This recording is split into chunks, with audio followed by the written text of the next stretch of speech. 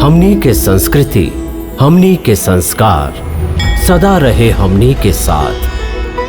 भारत के महान ग्रंथ और काव्य सब के संपूर्ण संकलन सब्सक्राइब करें तिलक।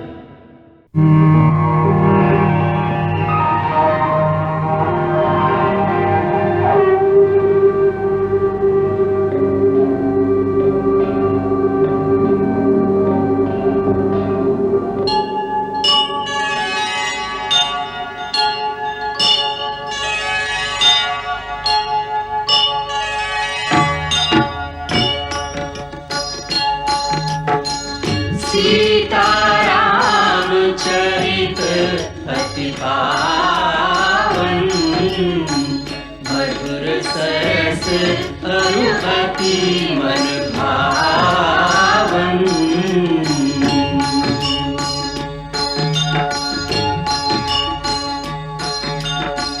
पुनि पुनि कीर्तने हो सुने सुनाए, प्यास बुझत न बुझाए।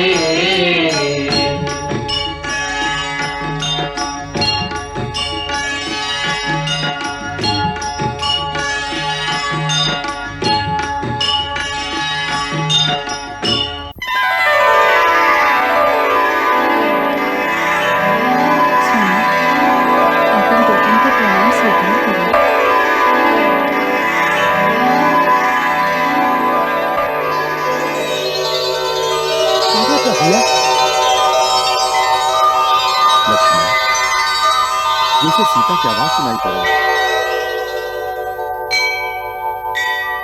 भाभी को ना कष्ट में ना होके, शायद सहायता खातिर आपके बुलावत होके। ना लक्ष्मण, लक्ष्मण, उनकरा आवाज में वो खुशी रहल, जैसे कोनो शुभ समाचार सुनावे चाहत रही। शुभ समाचार? शुभ समाचार तो एक ही हो सकेला भैया। अयोध्या के राजकुमार जन्म ले लोगे।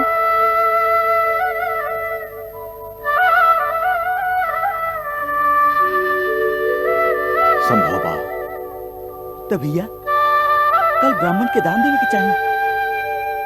अवश्य।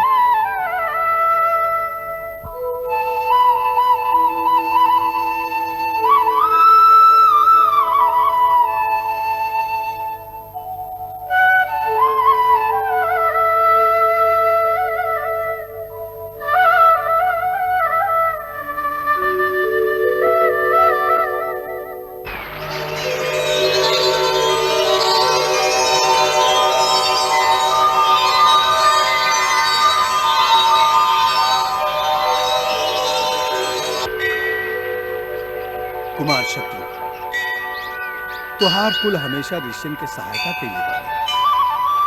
आज तू भी वही कर्तव्य के पालन करे जा रहा है। हम तो के विजयी होके के आशीर्वाद दी।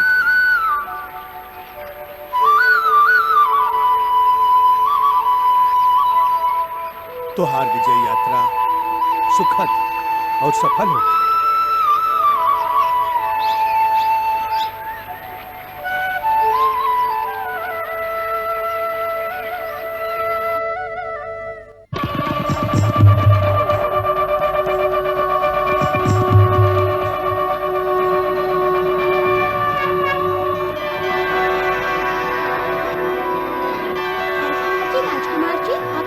संदेश कहे के बा। कहा? ये फूल आपके खातिर बंदे भी भेजले हैं।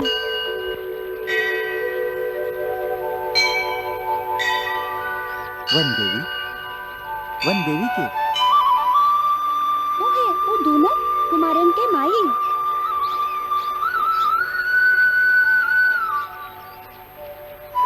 उनकर श्री चरण में हमार प्रणाम कहिया और कहिया कि हम ये फूल युद्ध में अपना संगे रखब। राजकुमार जी, ये एक एक गो फूल वो दोनों छोट छोट कुमार आपन चाचा के चरणन में प्रणाम करे खातिर भेजले बाड़न।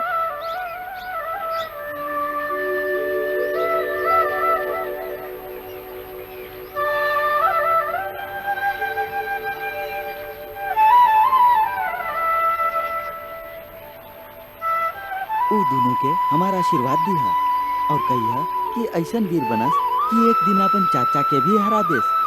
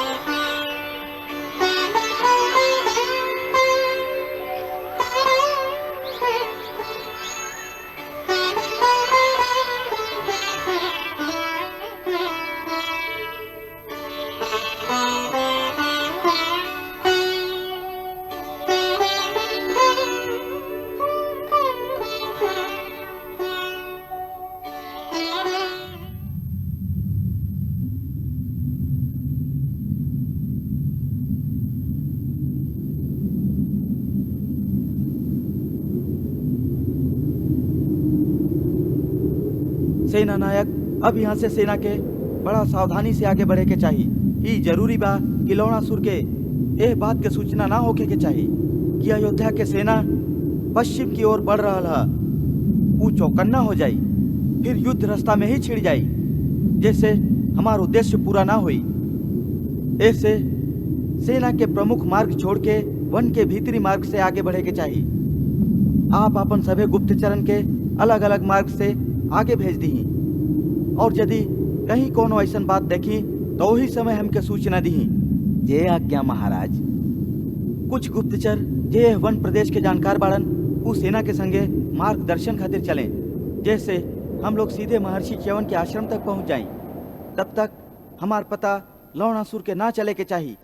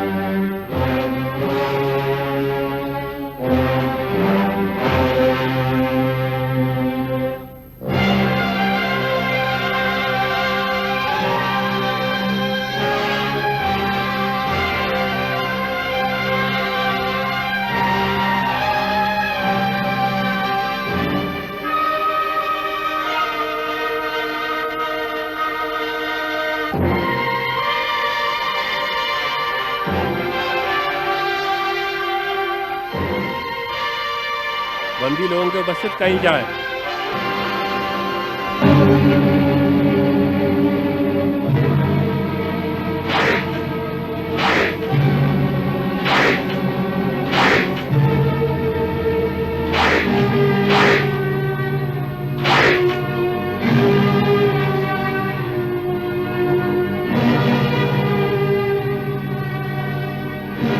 इनकर दोष का है?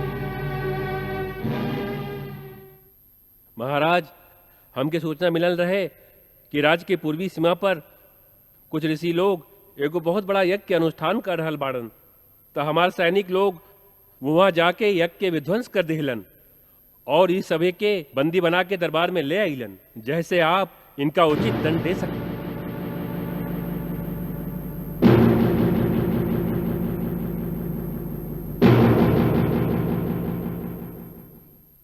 का तो के ज्ञान ना रहल। हमार राज्य में वैदिक पूजा के निषेध बा। यज्ञ के अनुष्ठान करके देवता लोक के शक्ति प्राप्त कैल और उस शक्ति के संग्रह कैल सबसे बड़ पाप बा हमार राज्य में। का तो के ज्ञान ना रहल।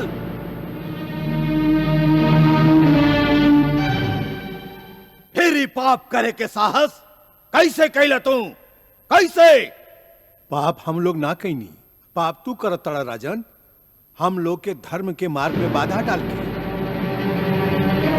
हर प्राणी के आपन आपन धर्म और आपन आपन विश्वास के अनुसार पूजा साधना और भक्ति के अधिकार बा।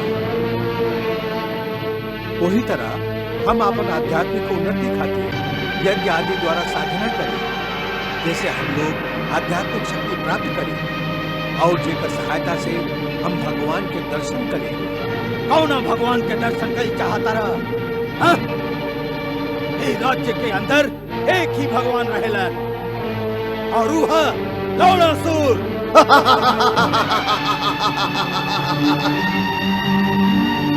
हमारे राज्य में दूसरा कोनो भगवान के पूजा ना हो सकेला ना। महाराज लौड़ासुर, ऐसा लगा था कि तुहार काल तो सर चढ़ के बोल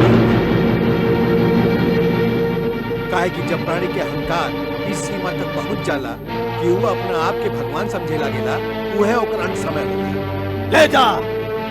ले जा एकरा उल्टा लटका के जियते जिए कर खाल उतार दा। ले जा। ठहरा लौड़ासुर, तोहरे इस सैनिकन के हाथे मरल हमके स्वीकार नहीं किया। हमरा पास आपन प्रभु के श्री चरण में जाए खातिर योग रचित बड़ा सुंदर मार्ग भी बा। हम वही मार्ग से आपन प्रभु के श्री चरण में अपना आप समर्पित करत हई। बाकी हम तो के चेतावनी भी देत नहीं कि अब तोहरे पाप में जीवन के अंत भी आ गए।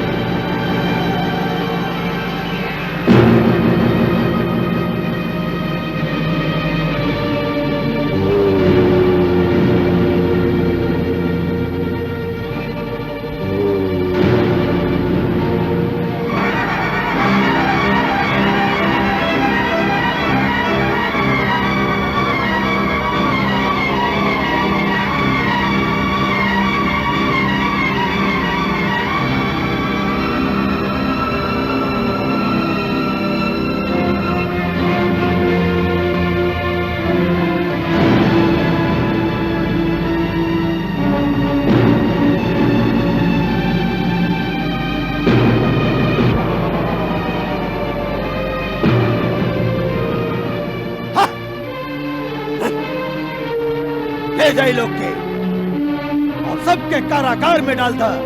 ले जा।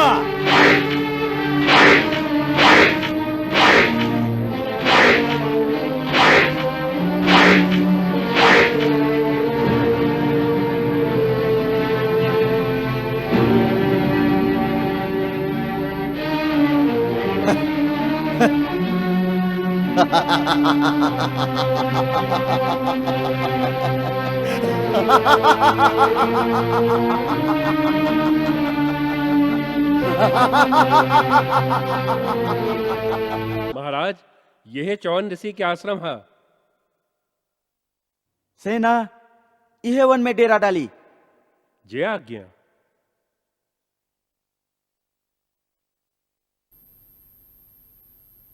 प्रणाम गुरुदेव। अयोध्या के राजकुमार शत्रुघ्न दर्शन खातिर आश्रम के द्वार पर खड़ा बाड़न। पूर्ण कुंभ के साथे उनका स्वागत कइल जाओ। जय आज्ञा गुरुदेव।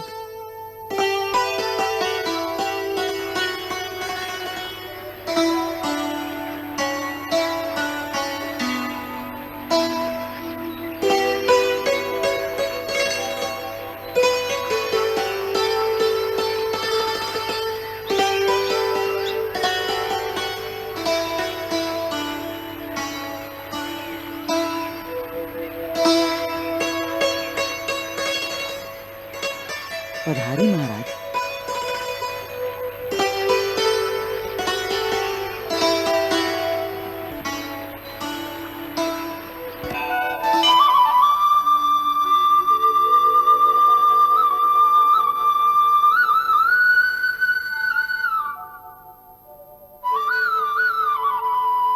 हम मथुरा के होखे वाला राजा के स्वागत करत हई। आपके कल्याण होके आसन ग्रहण करी राजन।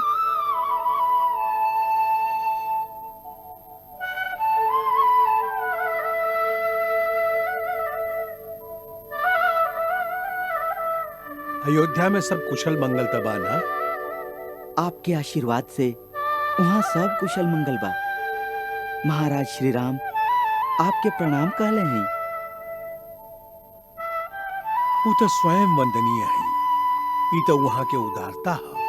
महाराज श्री राम की आज्ञा से हम अयोध्या की सेना लेके आपके सेवा में उपस्थित भइले हैं। अयोध्यापति महाराज हमके लवणासुर के वध करके आपके रक्षा करे के आदेश दिले हैं। अब आप हमके आशीर्वाद प्रदान करें और आगे खातिर हमार मार्गदर्शन करें।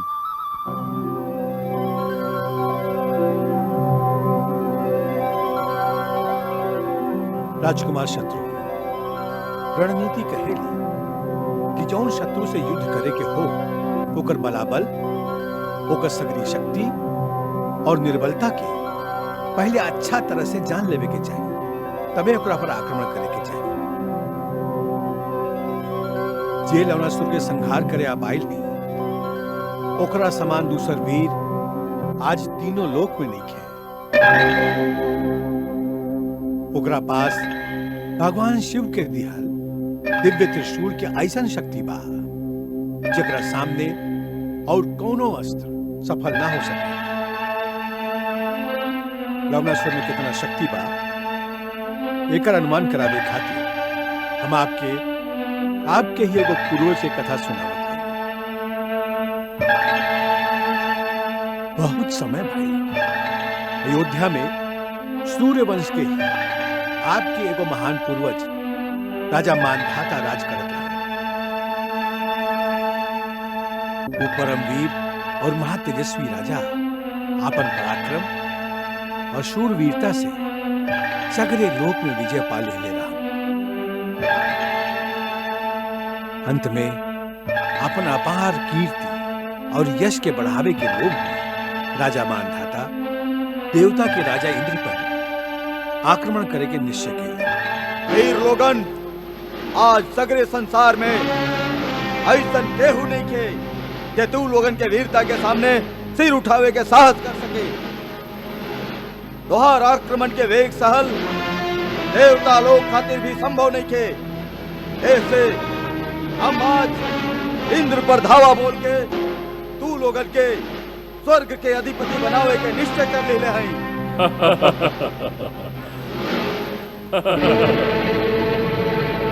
मानधाता, मानव के इतना घमंड शोभा न देना। इंद्र, ये अभिमान के बात नहीं थे, ये एगो वीर के अधिकार के बात बा। आज हमार वीरता के सामने संसार के सभी राजा नतमस्तक हो गई बात। हमरा से युद्ध करे वाला केहू ना रहल। ऐसे अपन वीरता के प्रदर्शन करे खातिर हमके अधिकार बा कि अब धरती से आगे बढ़ के हम स्वर्ग पर अपन विजय पताका फहराई। ऐसे हम तो के युद्ध खातिर ललकारत हई। मानधाता, तो हर भ्रम बा कि तू ये धरती के सभी राजा पर विजय पा लेगा। ये भ्रम ना बताओ, ये बाए धरती पर ये हमरा अधीन नहीं थे। लंकाधिपति महाराज रावण मंगल भवन अमंगल हारी, प्रभु सुदशरथ अजिर बिहारी।